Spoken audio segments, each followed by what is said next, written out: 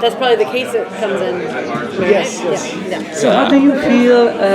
You're going to start on Monday.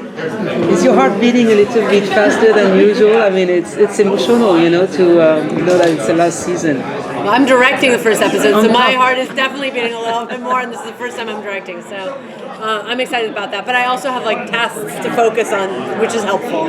But coming here, you can't help but think this is our last Comic-Con, at least for Bones, or at least in this incarnation of Bones. You never know these days what can happen, but it's hard not to kind of look back a bit on the show and where we've come and what we've been through and what we've experienced in this amazing journey, and feel so lucky for our fans, and so yeah, it's exciting, and it'll be sad, and we'll go through all kinds of the gamut of emotions in the next few months when we film the 12 episodes. Since you both directed episodes, and David, you directed the finale, and you're directing the season premiere, did you discuss how to make sure those episodes really connect?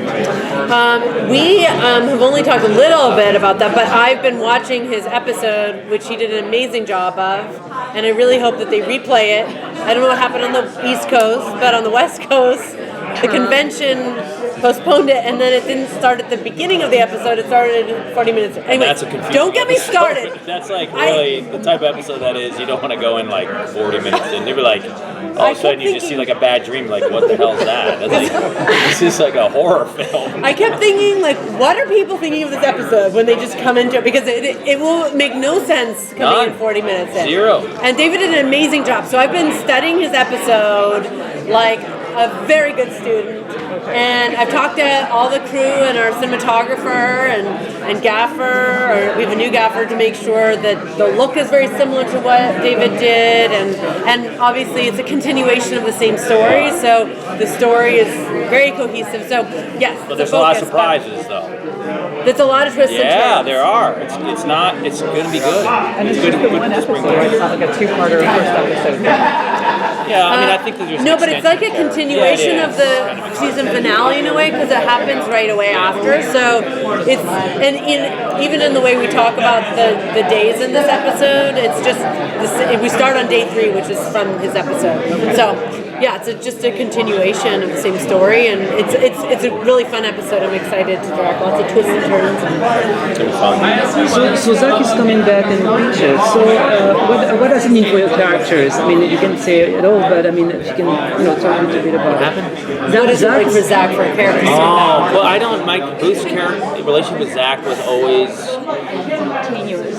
Yeah, he just kind of bothered Booth, and Booth kind of looked through that and just didn't really want to deal with him. He was ultra, he was a genius, so you're dealing with, they just came from 2 different worlds. But I think so did Booth and Brennan. Yeah. Well, that was a whole He was even farther on the.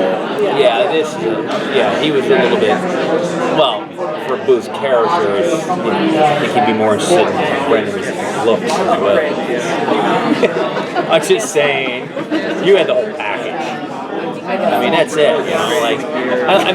But I do think that with Zach, we may see something in the first episode of this new season where maybe there is a leap of faith from a character to give him some sense of identity. It's kind of fun to see what happens with that. So for me, for Boo's character, it's just I'll see how that evolves. I don't really feel like I have anything with this character. There's even dialogue about them not being friends before, and it will be interesting how that goes. But I think my character, he was my protege. I loved him, and then he betrayed us. But at the same time, we have such affection. It's just such sadness, and then there's betrayal now again for what he's done. He kidnaps me and is very likely killing these other people. And so there's a mix of emotions from the cast, from the characters. And I think it's not just one emotion. There's so many different things going on. So it's nice to see somebody that you care for and you haven't seen for a long time. At the same time, there's great betrayal and confusion, and so it's a lot. Every emotion you can think of. Those. Brennan is such a role model to young girls, and with you leaving Bones at the end of with Bones ending this season, a lot of girls graduating high school and college right now. What advice would you have to them to get started in the world? Well, the best compliment that I have heard is a young girl saying that they want to become a scientist because of the show. There's a lot of strong female intelligent characters on the show, and that's one reason why I wanted to do the show.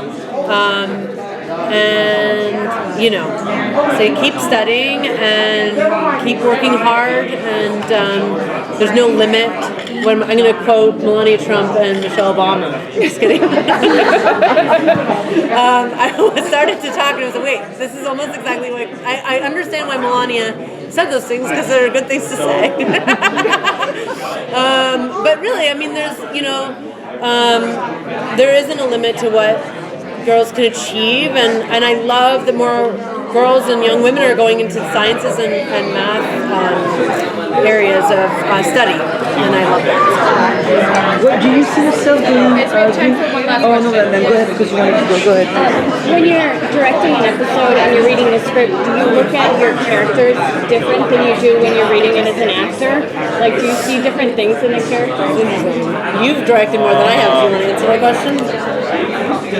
Yeah, I mean, I think given the circumstances and where the characters are in the story, you obviously kind of dive into it that way. And, I think for me, I just read the script over and over and over again, get a sense of where the characters are, and then kind of relate it to how it's going to, if I can create a vision for them in order to see what my vision is. So they kind of work hand in hand. Does that answer your question? You're seeing the bigger picture more, kind of too. Like I've experienced just prepping. You know, you're seeing things. You're going to know the episode intimately so much more than we do when we film it, because I'll know all the scenes that I'm not in as well as if I were, I don't know, doing everything with it, because you just have to know every aspect of it and the broader picture of the story. And so yeah, you think in that. So you have more information on how your characters place with the other characters. Or you think about it more, so you think about that in terms of your performance too. So, but then you have to work with a difficult actor, you know, see if she'll listen to what you ask her to do. Thank you guys. Thank you. We have to take them.